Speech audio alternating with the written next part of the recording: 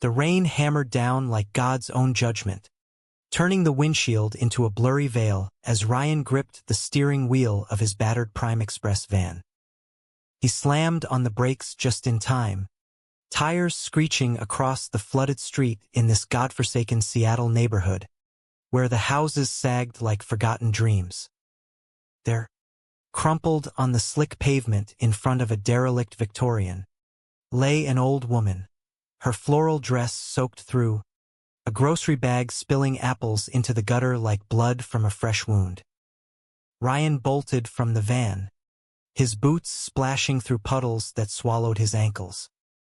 "Ma'am, Jesus, hold on." He dropped to his knees beside her, heart pounding like a jackhammer in his chest.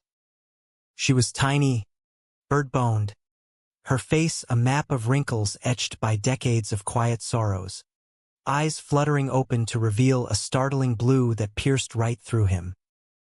"My boy, Joseph," she whispered, her voice a rasp against the storm, fingers fumbling for something in her pocket, a crumpled photo, edges worn soft as tissue. Ryan's breath caught. The picture showed two teenage boys, arms slung around each other in defiant affection, grins wide under a summer sun. One was him, 15 and fearless, freckles dusting his nose like stars. The other was Joseph, with that mop of chestnut hair and eyes that could unravel a soul. He hadn't thought of Joseph in years. Not like this. Not since that humid August night in their small Ohio town, when they'd stolen away to the old quarry, bodies tangled in the back of Joseph's beat-up Chevy, whispers of forever tasting like cheap beer and the sharp tang of first love. Ryan had been 18, cocky and closeted, dreaming of escaping the Bible Belt chokehold for the anonymity of the West Coast. Joseph had been his anchor, his secret fire, until the betrayal that shattered them both. Ryan's father had found the letters, the Polaroids hidden under the floorboards, and in a rage-fueled purge, he dragged Ryan to a reparative therapy camp, beating the queer out of him with fists and fear until Ryan fled west, vowing never to look back. But here she was, Joseph's grandmother, Esther, the woman who'd baked them apple pies and pretended not to notice the way their hands lingered too long under the table. Ryan scooped her up, her weight nothing in his arms, and carried her toward the house, kicking the door open with a splintering crack. Inside, the air was thick with dust and the faint scent of lavender soap, faded wallpaper peeling like old skin. He laid her on the sagging couch, grabbing blankets from a nearby chair, his mind racing faster than the rain outside. "Stay with me, Esther," he murmured, dialing 911 with shaking hands. The operator's voice was calm, procedural, concussion possible, hypothermia risk, but Ryan barely heard. His eyes kept drifting to that photo, now clutched in her lax fingers. Joseph's face stared back, frozen in time, and a flood of memories crashed over him. Stolen kisses in the cornfields, Joseph's laugh echoing like thunder, the way he'd traced Ryan's scars from his father's belt with gentle fingertips, promising, "We'll make it out. You and me against the world." The ambulance sirens wailed in the distance, cutting through the storm, but Ryan felt a different kind of howl building inside him. What the hell was he doing here? Primeexpress had shipped him to Seattle 6 months ago, chasing gigs in the gig economy grind, endless deliveries through gray skies, dodging traffic in a van that smelled of cardboard and regret. At 28, he was a ghost of that boy in the photo, tattoos inked over faded bruises, a string of one-night stands that left him emptier than before. Gay in America meant freedom on paper, but in the shadows of his past, still felt like a war. Paramedics burst in, efficient and brusque, loading Esther onto a stretcher. You family? One asked, eyeing Ryan's uniform. Close enough, Ryan lied, grabbing his keys. He followed the ambulance to Harborview Medical Center, the city's beating heart of emergencies, where fluorescent lights buzzed like angry hornets. In the ER waiting room, he paced vinyl floors sticky with spilled coffee, the photo now tucked in his pocket like a talisman. Hours blurred tests, scans, murmurs of internal bleeding from a fall she'd taken weeks ago, hidden until the rain made her slip. Finally, a doctor emerged, scrubbing a hand over his face. She's stable for now. Fractured hip, some bleeding we need to monitor. You're? Ryan Caldwell. Old friend of the family. The words tasted like ash. The doctor nodded. She kept mumbling about a Joseph. You know how to reach him? Ryan's stomach twisted. Joseph Hale, the golden boy who'd stayed behind, gone to community college, married a girl from church to keep the peace, or so the rumors went. Ryan had blocked him on every platform years ago. After that one drunken voicemail, I can't do this anymore. Dad's sick. The town's watching. I'm sorry. Betrayal. Pure and simple. Or was it survival? Ryan had never known which. I'll find him, he said, voice steady as steel. But inside, he was unraveling. As the doctor walked away, Ryan pulled out his phone, fingers hovering over the search bar. Joseph Hale, Ohio. It was that easy in the digital age. Faces popped up, lives laid bare. There he was, Joseph's profile, a LinkedIn ghost, now a nurse in Pittsburgh, divorced, a quiet life rebuilt from ashes. No mention of Seattle. No hint of the fire they'd shared. Ryan's thumb trembled as he typed a message, the first in a decade, Esther's in Harborview. Fall. Bad. Come quick. Ryan. He hit send before cowardice could stop him, then sank into a plastic chair, the rain still drumming against the window like an unanswered prayer. Little did he know, that message would crack open wounds neither had healed, pulling them into a storm fiercer than the one outside, a reckoning of love lost, secrets buried, and a fate neither could rewrite alone. The next morning dawned gray and sodden, Seattle's perpetual apology for existing. Ryan hadn't slept, dozing fitfully in the hospital lounge, haunted by dreams of Joseph's hands on his skin. He was back at Esther's side by 7 a.m., her room a sterile cube of beeping monitors and wilted flowers from neighbors who'd stopped by. She looked smaller in the bed, for lines snaking like vines over her arms, but her eyes sharpened when she saw him. Ryan? Lord, it's you. Like seeing a ghost. Her voice was stronger, laced with that Midwestern twang that tugged at his heartstrings. He forced a smile, pulling up a chair. Yeah, well, ghosts deliver packages these days. How you feeling? Like I danced with the devil and lost my shoes. She chuckled, then winced, her hand finding the photo on the bedside table. You kept it. Good boy. Joseph's gonna need that fire of yours again. Ryan's throat tightened. Heard from him yet? Not a peep. That boy's always been better at running than facing. Esther's gaze turned piercing, the kind that stripped away bullshit. You too. You were the best thing that ever happened to each other. Then life got its hooks in. Town. Family. Fear. But love like yours? It don't die easy. He looked away, out the window at the Puget Sound fog rolling in like smoke. We were kids, Esther. Kids with big dreams and no sense. Bullshit, she snapped, surprising him with her vehemence. You were men in boys' clothes. And Joseph's still carrying that torch. Mark my words. Divorced that poor girl after 2 years. Said it felt like living a lie.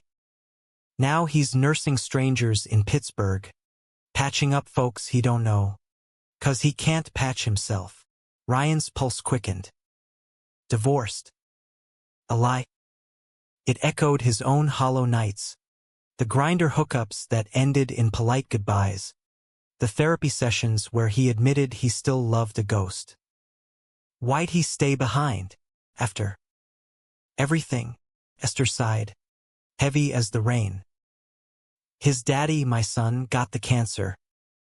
Joseph nursed him through it, same as he does now for others. Duty, Ryan, is his chain. But you broke free.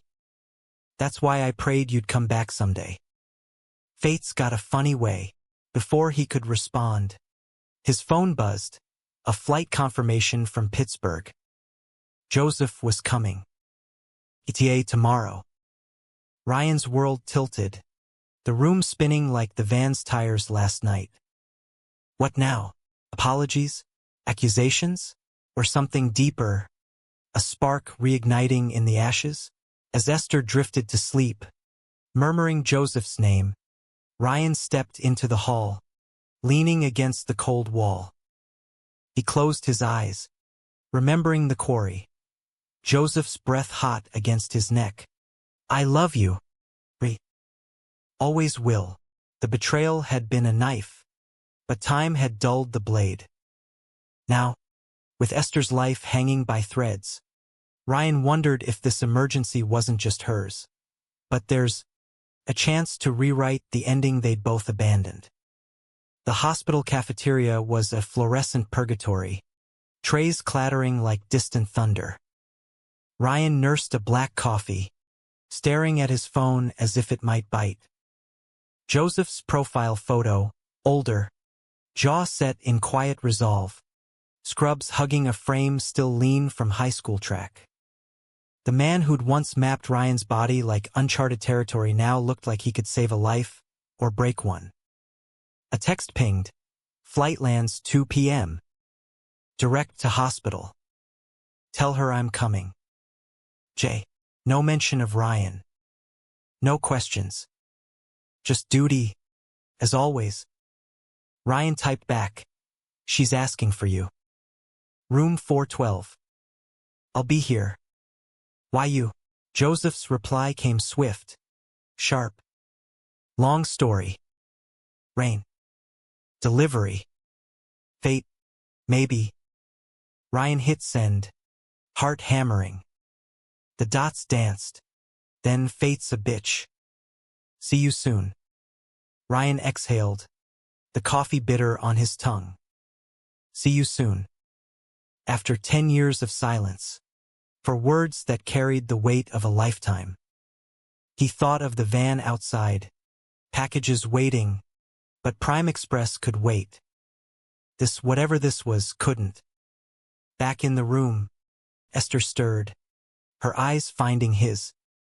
He comin'? Yeah. Tomorrow. Good. Now tell me, boy, what's the real reason you ain't run yet? Most folks would have dropped me at the ER and vanished like smoke.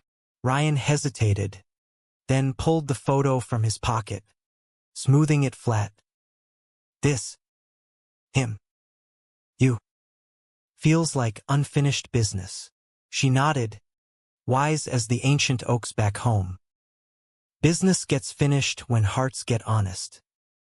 Don't let fear win again, Ryan. Not this time. As night fell, the city lights twinkled like distant fires, and Ryan lay awake on the fold-out chair, the storm outside mirroring the one brewing inside.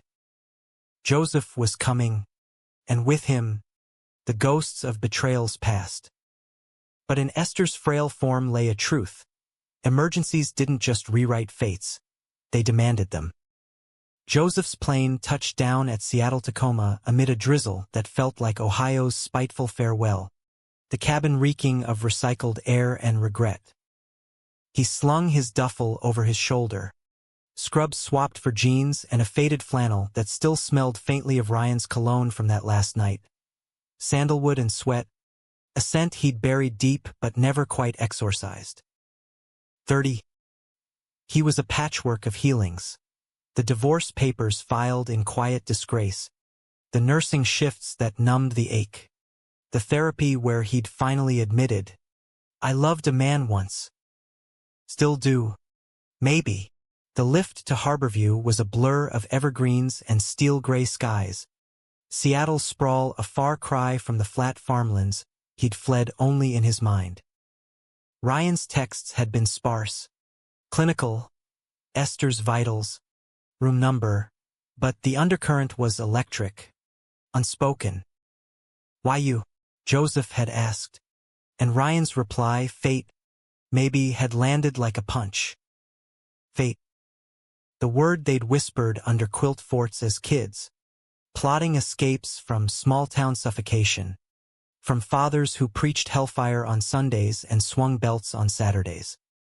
He paid the driver and strode into the hospital, badge clipped to his belt out of habit, though he wasn't on duty.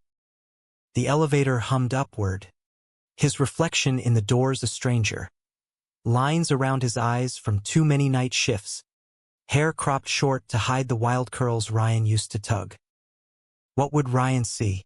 The boy who'd promised forever, or the man who'd buckled? Room 412's door was ajar. Voices filtering out, low, intimate. Joseph's heart stuttered as he pushed it open. There was Esther, propped on pillows, a vision of resilience wrapped in hospital gown, her hand extended like she could will him closer. And beside her, in a chair that looked too small for his broad frame, was Ryan, taller now, shoulders filled out from manual labor, a Primeexpress polo stretched taut across his chest. Sleeves rolled to reveal forearms inked with thorny roses and Latin script, a more Vincit Omnia. Love conquers all. The irony twisted like a knife. "Joey," Esther's face lit up, tears welling. "My boy. Come here." He crossed the room in 3 strides, enveloping her in a hug that careful not to jostle the 4. She smelled of antiseptic and home, lavender and lemon drops. "Graham. God, you scared me." "What happened?" Foolish old woman slipped in the rain. "But look who the Lord sent, your Ryan, like an angel with a delivery van." Her eyes twinkled, matchmaking even from a hospital bed. Joseph's gaze flicked to Ryan, who stood awkwardly by the window, hands shoved in his pockets, that old freckled grin half-formed, hesitant. Close. Ryan was a storm cloud, dark hair tousled, jaw shadowed with stubble, green eyes holding a depth of hurt that mirrored Joseph's own. "Hey," Joseph said, voice rough as gravel. "Hey," Ryan nodded, the word heavy. Silence stretched, thick as the Puget fog, until Esther cleared her throat. "Boys, don't make me call the nurse." "Sit. Talk. I've got pain meds calling my name for a nap." Joseph sank into the vacated chair, Ryan perching on the bed's edge, their knees inches apart. The air crackled, memories flooding, the quarry's red dirt under their backs, Joseph's fingers tracing Ryan's collarbone. "You're my home. Wherever we go." Then the call from his father, cancer, stage 4, and the slow erosion of resolve. Joseph had stayed, married Emily in a haze of obligation, buried his truth under white picket fences until it festered and burst. "You look good," Joseph ventured, lame as it was. "Van life suits you," Ryan snorted, a ghost of their old banter. "Pays the bills." Dodging potholes and X's, same difference. The jab landed soft, but Joseph's flinch was real. "X's. Ha! Esther murmured from half-sleep, but her eyes were sly. Fate brought you back for a reason. Don't squander it. She dozed off then, leaving them in the quiet hum of monitors. Joseph rubbed his neck, words tumbling out. I saw your message. Thought it was a prank at first. Then, I don't know. Packed a bag before I could think. She's tough, Ryan said, glancing at her. But the docs say the fall masked something bigger. Internal stuff. They want surgery soon. Joseph nodded, professional mask slipping on. I'll talk to her team. Get the full chart. But his eyes lingered on Ryan's hands, calloused from packages, yet the same hands that had once held him through nightmares. Why'd you come? Ryan asked, voice low, urgent. After everything, Joseph met his gaze, the betrayal hanging between them like smoke. Because it's you. And her. And shit. Because I never stopped. The admission burned, raw as a fresh incision. Ryan's breath hitched, leaning closer, the bed creaking under his shift. For a heartbeat, the world narrowed to the space between them, the heat of proximity, the pull like gravity. Then Ryan pulled back, standing abruptly. I should let you two catch up. Gotta shift. Ryan, Joseph started, but the door clicked shut behind him. Alone with Esther's snores, Joseph buried his face in his hands, the emergency unfolding not just in charts, but in the fractured chambers of his heart. Outside, Ryan leaned against the wall, chest heaving. Joseph's words echoed. I never stopped. A lifeline or a lie?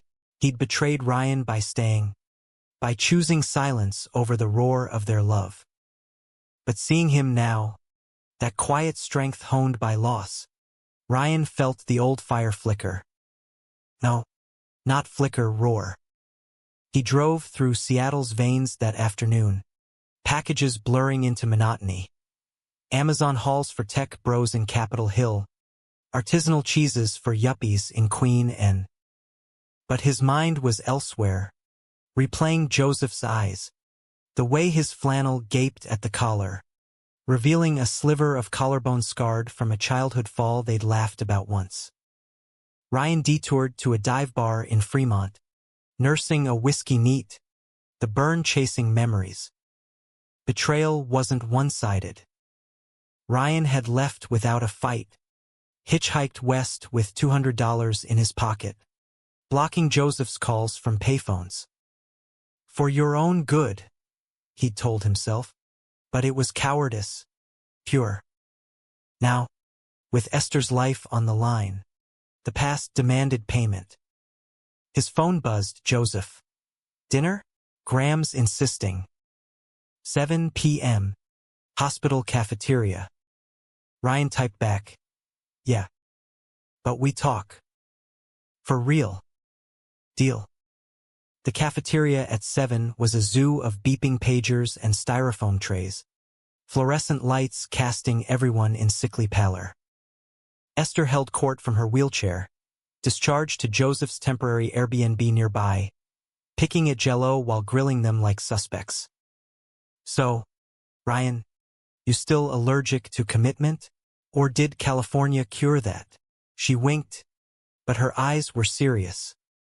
Ryan choked on his burger. Seattle, Graham. And yeah, cured. Ish. He glanced at Joseph, who was pushing peas around his plate, cheeks flushed. Joseph cleared his throat. Graham, lay off. We're figuring.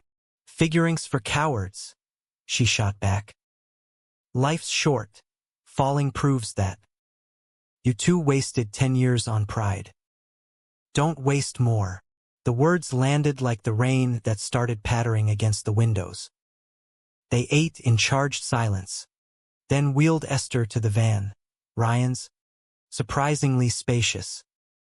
As they loaded her in, Joseph's hand brushed Ryan's on the door handle, a spark that jolted through them both. Neither pulled away immediately. At the Airbnb, a cozy craftsman in Ballard, all exposed beams and salt air views, Ryan helped settle her, fetching tea and pills. Joseph lingered in the kitchen, washing dishes with mechanical precision. "Stay?" he asked, not turning. "For coffee. Or whatever." Ryan nodded, throat dry. "Yeah." Esther's voice floated from the living room. "Leave the door cracked, boys. Old ears hear everything." They laughed, tension breaking like a wave, but as they stepped onto the porch, mugs steaming in the chill, the humor faded. Seattle's night wrapped around them, fairies hooting in the distance. "I'm sorry," Joseph said first, staring at the sound. "For staying. For marrying her. For letting Dad's sickness chain me. I thought it was noble, protecting the family name. But it was fear.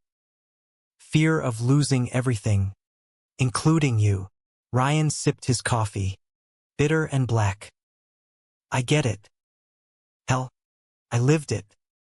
My old man. He broke me, Joe. That camp. The beatings. I ran because I had to, but I left you bleeding too. Blocked you like a coward." Joseph turned, eyes glistening under the porch light. "We were kids fighting giants. But I'm not that kid anymore. Divorced. Out to my family. Graham knew first. Always did. And you're here. Delivering fate. Apparently." Ryan set his mug down, stepping closer. The air hummed, charged as a storm front. "What now?" "Esther's surgeries tomorrow. After that." Joseph's hand found his, tentative, then firm. "After that, we try. If you'll have me." Their lips met then, slow and searing, a decade's hunger pouring out. Ryan tasted salt, tears or rain. He couldn't tell. Joseph's flannel rough under his palms, body yielding like memory made flesh. It was porch-lit, imperfect, but real. American as apple pie and quiet revolutions. Inside, Esther smiled in her sleep. The emergency not just survived, but survived together. But dawn brought complications. Esther's fever spiked, infection raging from the hidden bleed. As Joseph scrubbed in for her or consult, Ryan paced the waiting room, the kiss a brand on his soul. Love was rewriting them, but fate had one more twist. Joseph's ex, Emily, calling from Ohio, whispering of old debts and a child neither knew about. The waiting room was a limbo of vending machine hums and muffled sobs. Ryan slouched in a corner chair, knees bouncing like live wires. Joseph's kiss lingered, a ghost on his lips, warm and insistent. But Esther's fever had shattered the fragile peace, monitors screaming warnings before dawn. Now, Joseph was in there, gloved hands steady as he consulted with surgeons, his nurses poised at armor Ryan envied. "Stay strong for her," Ryan texted, but no reply came. Instead, his phone lit up with an unknown number, Pittsburgh area code. He answered warily. "Caldwell. Ryan, it's Emily." Joseph's ex. Her voice was soft southern, laced with hesitation. "He mentioned you once." In a good way. Ryan's gut clenched. Emily, the ghost wife, the placeholder. "What do you want?" "He's in surgery prep." A pause. Then, "It's about Lily. Our daughter. She's 6. Joseph's never met her. The world tilted. Ryan gripping the armrest as if it could anchor him. Daughter. Joseph's. The betrayal he'd nursed for years? This was a fresh wound, carving deeper. He. What? You kept that from him? We were kids too. Ryan. Married because the church said so, because I was pregnant and scared. He left after the divorce, said he couldn't live the lie. But Lily. She asks about him. And now, with his gram sick, I thought, maybe it's time. Ryan's mind reeled. Joseph, a father. The man who'd mapped his body with reverent touches, who'd whispered futures childless and free, now tethered to a secret family. You tell him, Ryan said, voice steel. Not me. I will. When he's ready. Just don't let him run again. He needs you. Click. Ryan stared at the phone. Emily's words a poison seeping in. Needs you. But did he? The kiss on the porch, had it been desperation? A nostalgic spark? Or something enduring? Ryan's past clawed at him. His father's voice thundering. You'll burn for this, boy. The camp's electric shocks meant to cure his desires. He'd built walls in Seattle, delivering other people's dreams while his own moldered. Now, this, Joseph's hidden life, a child threatened to topple them. Hours later, Joseph emerged, scrubs rumpled, mask dangling from one ear. She's in. Clean margins, they think. Infections the wild card. His eyes searched Ryan's, softening at the tension there. You okay? Look like you saw a ghost.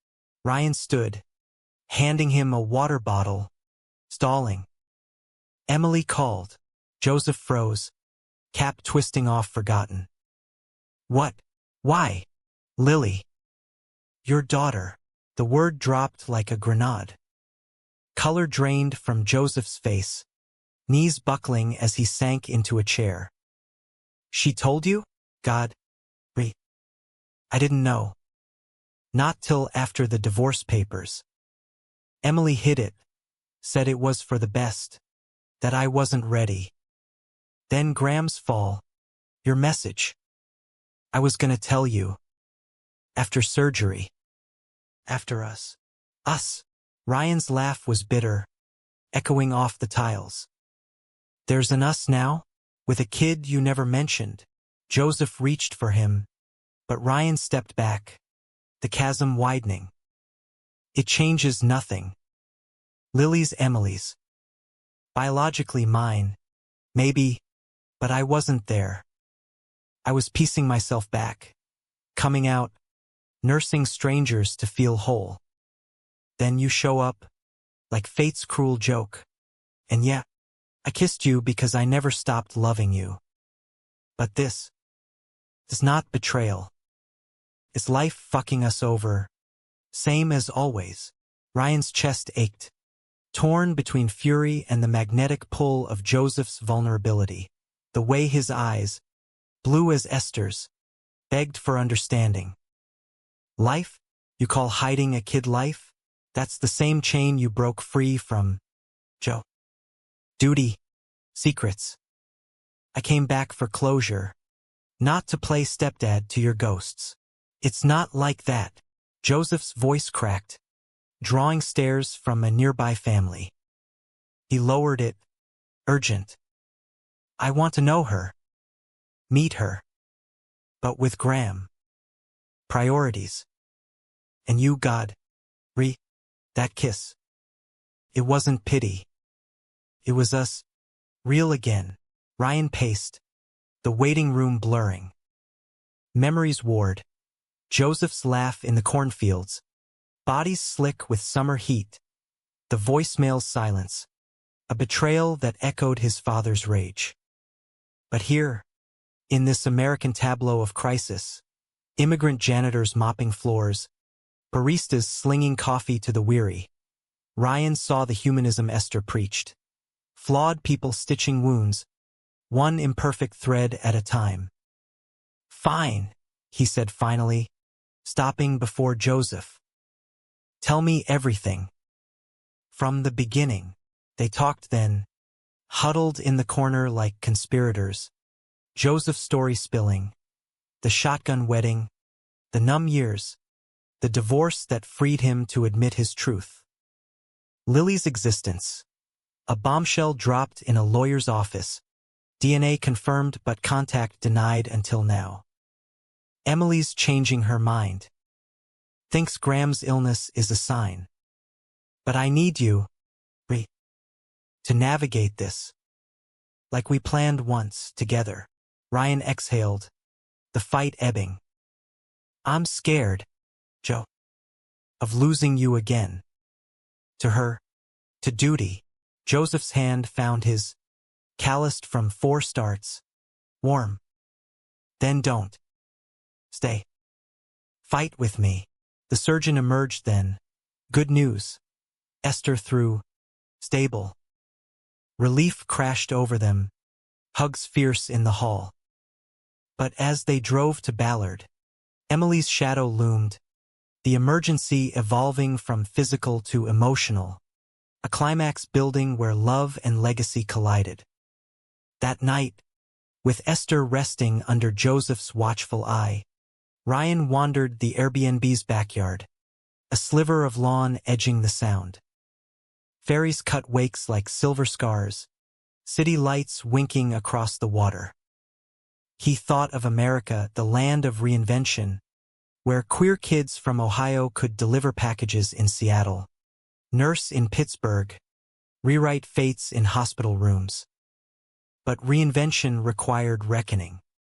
Joseph joined him, 2 beers in hand, condensation beating like sweat. Truce, he offered one, their fingers brushing. Truce, Ryan clinked bottles, the fizz a small release. They sat on Adirondack chairs, shoulders touching, the silence companionable now. Tell me about van life, Joseph said, steering safe. You always hated sitting still, Ryan chuckled, the sound rusty. It's freedom, sorta. Zoom from gig to gig, no boss breathing down your neck. But lonely.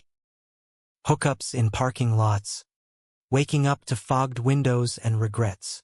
He paused, glancing sidelong. Missed this. Talking. You, Joseph's beer paused mid-sip. Missed you more.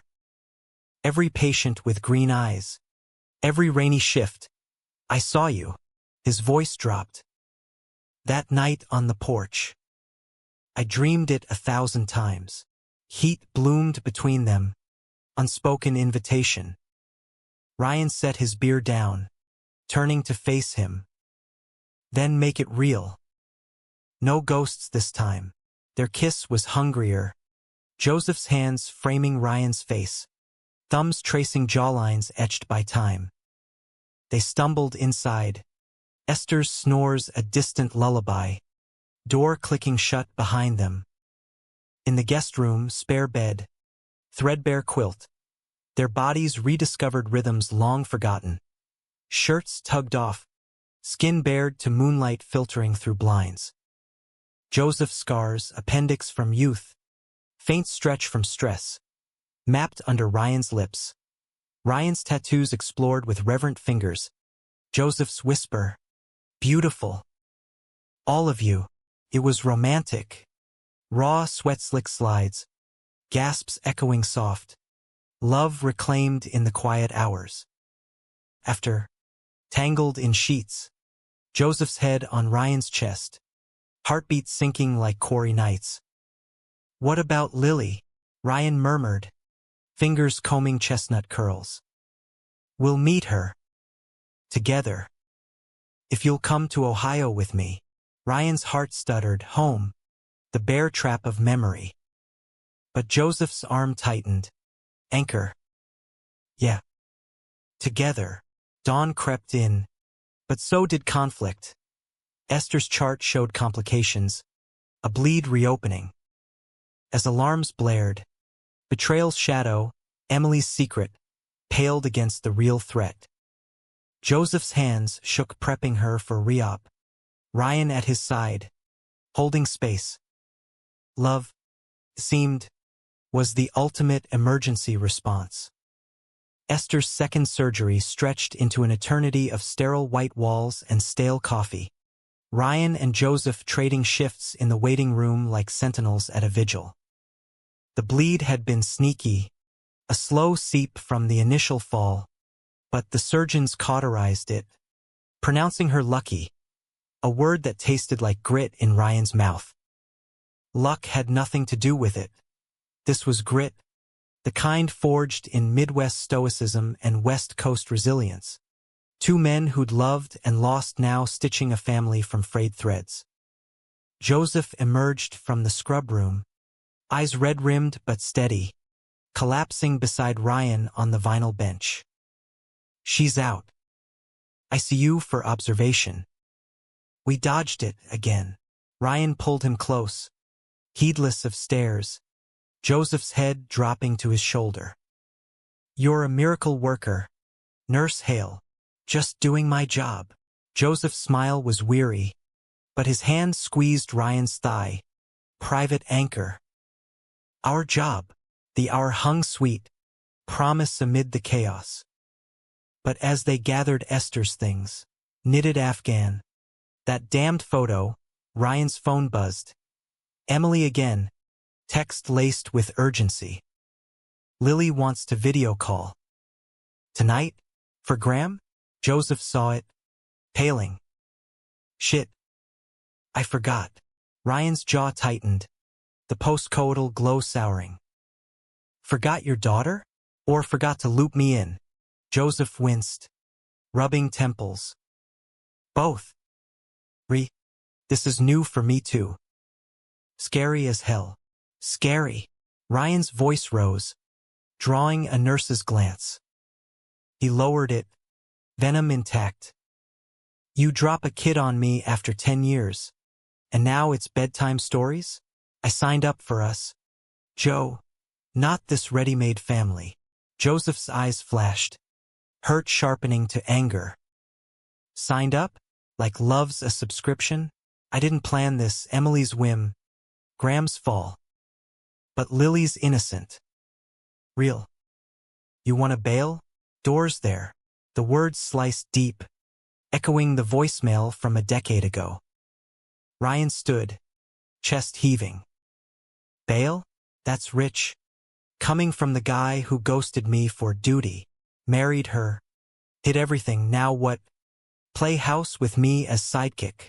Joseph rose too, close enough to feel each other's heat, the argument a live wire. I didn't ghost, I survived. Dad dying, town whispering faggot behind my back. You ran west, built your walls. I stayed, broke, rebuilt. And yeah, I fucked up with Emily, but Lily, she's not a fuck-up. She's hope. Hope. Ryan laughed. Hollow. Your hope's my nightmare. I came out the hard way, beaten, shocked, alone. Queer in America means fighting for scraps. And now you want me to fight for your straight-passing family. Joseph's face crumpled, voice breaking. It's not straight-passing. I'm gay. Always was. Lily doesn't change that. She just expands it. Like Graham expanded us, baking pies, winking at our secrets. The mention of Esther deflated them, shoulders slumping in tandem. Ryan sank back, head in hands. I'm terrified, Joe, of loving you again, of losing to some perfect family portrait. Joseph knelt, hands on Ryan's knees, eyes pleading. Then let's make our portrait. Messy, inked, van delivered. With room for a kid who might need us both. Ryan searched those blue depths, seeing the boy from the photo, the one who'd chosen him over the world. Once.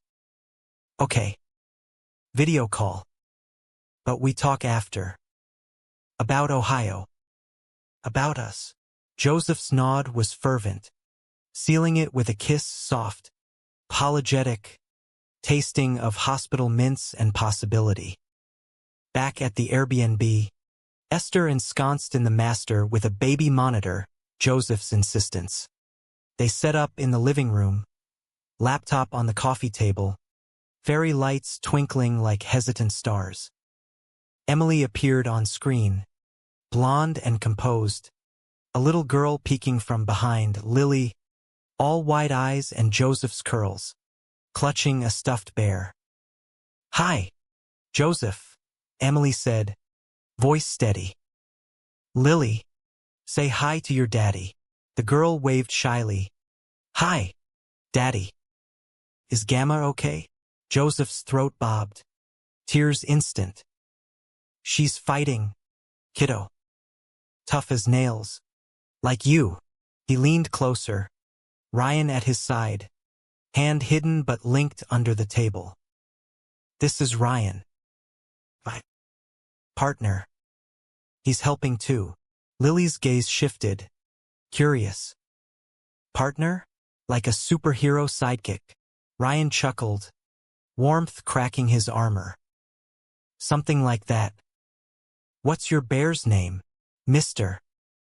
Fluffernutter?" She giggled, the sound pure light, and just like that, the room softened.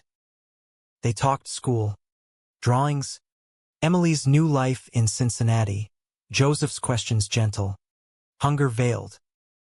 Lily warmed, showing a crayon masterpiece of a family. Stick figures under a rainbow, two daddies implied in the scribbles. As the call ended, Emily's eyes met the camera. "She's yours if you want her, Joseph. Weekends, holidays, or more. No pressure." "Thanks," he whispered, screen going dark. Silence fell, heavy with import. Joseph turned to Ryan, vulnerable. "What did you think? She's you. In miniature. Fierce." Ryan paused. Then, "We'll make it work. But slow. I need time." Joseph pulled him close, foreheads touching. "Time we got. Fate owes us that much." But fate, capricious bitch, had other plans. Next morning, ICU called Esther coding, heart faltering under the strain. They raced back, Joseph's hand white-knuckled on Ryan's as the van hydroplaned through rain-lashed streets. In the room, doctors swarmed, paddles charging with a whine that chilled blood. "Clear." Esther's body arched, then stilled. Joseph's sob broke free, Ryan holding him as monitors flatlined, then miraculously beeped back. Rhythm restored, but fragile. "She's a fighter," the doc said, but his eyes said otherwise. In the aftermath, betrayal surfaced anew. Joseph's phone lit with Emily's follow-up, Lily's excited. "But if you're not ready, and Ryan saw the temptation, the pull of uncomplicated love. Conflict raged. Was this romance worth the wreckage? Or was it the humanistic heart, the messy, redemptive core of American dreams? That night, vigil extended. Ryan confessed over lukewarm vending snacks. "I betrayed you too, Joe. That last night, I packed a bag but didn't tell you. Thought you'd stop me, chain me to Ohio. So I left a note, don't follow, burned it instead." Joseph's eyes widened, then softened. "We both ran. In circles. But here we are, full circle." Their lovemaking that night, in a hospital call room Joseph sweet-talked access to, was desperate, emotional, bodies a bulwark against loss, whispers of stay and mine tattooed on skin. Climax came shuddering, tears mingling, romance laced with the drama of near misses. Yet dawn brought the peak. Esther, lucid in ICU, clutching the photo. Boys, promise me. Don't let go. Life's emergencies teach us. Love's the only rewrite that sticks. Her words ignited resolve. But Joseph's phone rang. Emily, urgent. Lily's sick. Flu, but bad. Come home? The pull tore at him. Eyes flicking to Ryan. Betrayal specter rising once more. Esther's words lingered like incense in the ICU's sterile air. A benediction against the beeps and bustle. But Joseph's phone call from Emily shattered the fragile sanctuary. Lily's flu had spiked to pneumonia. The little girl's breaths labored. Emily's voice cracking over the line. She's asking for you, Joseph. The daddy from the stories. He paced the hall outside Esther's room. Ryan trailing. The emergency vanishing only to birth another. A child's fever mirroring the storm that had started it all. I have to go, Joseph said, ending the call. Face ashen. Flight tonight. Graham stable enough, nurses can handle. Ryan's heart plummeted. The humanistic vow fracturing. Go? To Ohio? Now? Visions assailed him. Joseph vanishing into family folds. Lily's curls a siren call. Their reclaimed love dissolving like rain on pavement. Joseph turned. Anguish etching deeper lines. Not forever. Round trip. Help Emily. Meet Lily proper. Then back for Graham. For us. Us. Ryan's voice trembled. Betrayal's old knife twisting. Or is this the real chain? The one I can't compete with? Joseph closed the distance. Hands cupping Ryan's face. Thumbs brushing stubble. Nothing to compete with. You're my choice. Always. But Lily. She's blood. Innocent. Ignoring her makes me the monster my dad was. The reference stung Joseph's father. The cancer-riddled patriarch who'd preached conversion and swung fists. Dying unrepentant. Ryan saw it then. The cycle. Joseph's nursing a redemption for them both. Fine, he choked. Go. But if you stay, I won't. Joseph's kiss was fierce, claiming, a vow sealed in hospital hallway hush. Pack for Ohio. Meet me there in a week. We'll face it together. Family, fate, all of it. Ryan nodded, throat tight, watching Joseph's cab peel away into Seattle's twilight, taillights blurring like tears. Alone, he returned to Esther's bedside, her hand frail in his. He'll be back, she murmured. Eyes sharp. Love like yours? It's the rewrite. The week blurred. Ryan clocked overtime at Primeexpress, van rumbling through neighborhoods where rainbow flags fluttered defiant. Deliveries a meditation on impermanence. He texted Joseph, updates on Esther's slow mend, photos of Puget sunsets, tentative misuse that elicited miss you more, sidekick from Lily's bedside. Emily's interludes were polite, her voice thawing. He's good with her. Natural. Ryan's flight to Cincinnati was a red-eye purgatory, landing in dawn's humid embrace. Ohio's air thick as memory, cornfields whispering accusations. He rented a car, navigating back roads to Emily's modest rancher in a suburb of split levels and minivans, heart hammering like the first time he'd fled this soil. Joseph answered the door, Lily asleep on his lap inside, curls damp from fever breaks. You came. His smile was sunrise, weary but radiant. Promised. Ryan stepped in, the house smelling of Vicks and chicken soup. Domestic. Daunting. Emily hovered in the kitchen, blonde ponytail askew, offering coffee with cautious eyes. Thanks for this. For him, a close. Lily was a revelation. Joseph's nose, Emily's dimples, a spark of curiosity that lit when she woke. "You're the van man?" she asked Ryan, bear clutched tight. He knelt, world narrowing. "Primeexpress, at your service." "Heard Mr. Fluffernutter needs an adventure." She giggled, fever flushed but bright, and just like that, the ice cracked.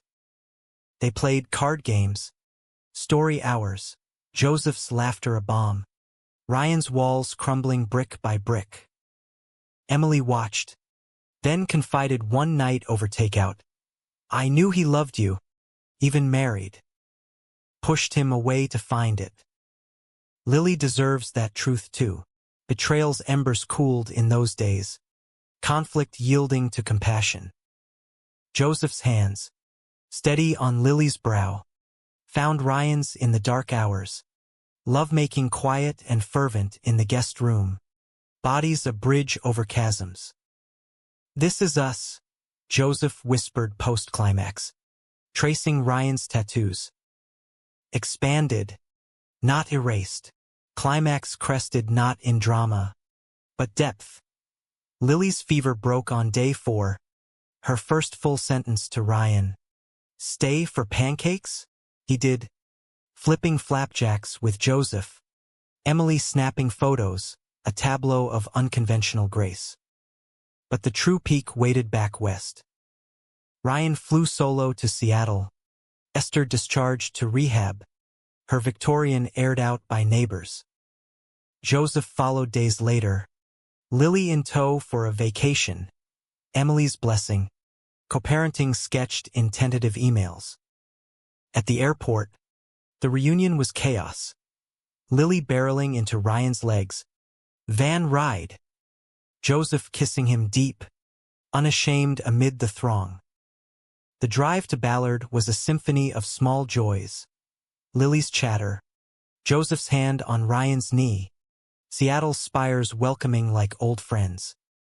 At the house, Esther waited on the porch, walker steady, photo in hand. "'Bout time, boys." "And who's this Spitfire?" Introductions flowed, tears and hugs, a family forged in emergencies. Dinner was potluck, Esther's pie, Emily's recipe via video, laughter echoing off walls once dusty with neglect. Later, as Lily dozed under Joseph's watch, Ryan and Esther talked on the swing. "You rewrote her fate," she said, nodding to the girl. "And yours, not alone." Ryan smiled, Joseph's silhouette in the window a promise. Fate just delivered the package. Months unfolded like a well-worn novel. Joseph transferred to Seattle General, Ryan promoted to route supervisor, Lily splitting time between coasts but rooting here, in rainbow-lit rooms and quarry story bedtimes. Conflicts lingered, visitation squabbles, old scars itching, but they faced them. Therapy a ritual, love the linchpin. One rain-lashed evening, van parked curbside, Ryan proposed not with rings, but words, under the same downpour that started it all. "Marry me, Joe." Messy, expanded, forever. Joseph's yes was thunder, kiss lightning, Lily cheering from the window with Esther's wink. In America's vast, flawed heart, where queer loves bloomed defiant, emergencies birthed redemptions, their story ended not in tragedy, but quiet triumph. Humanistic, romantic, a rewrite claimed, fates intertwined, one delivery at a time.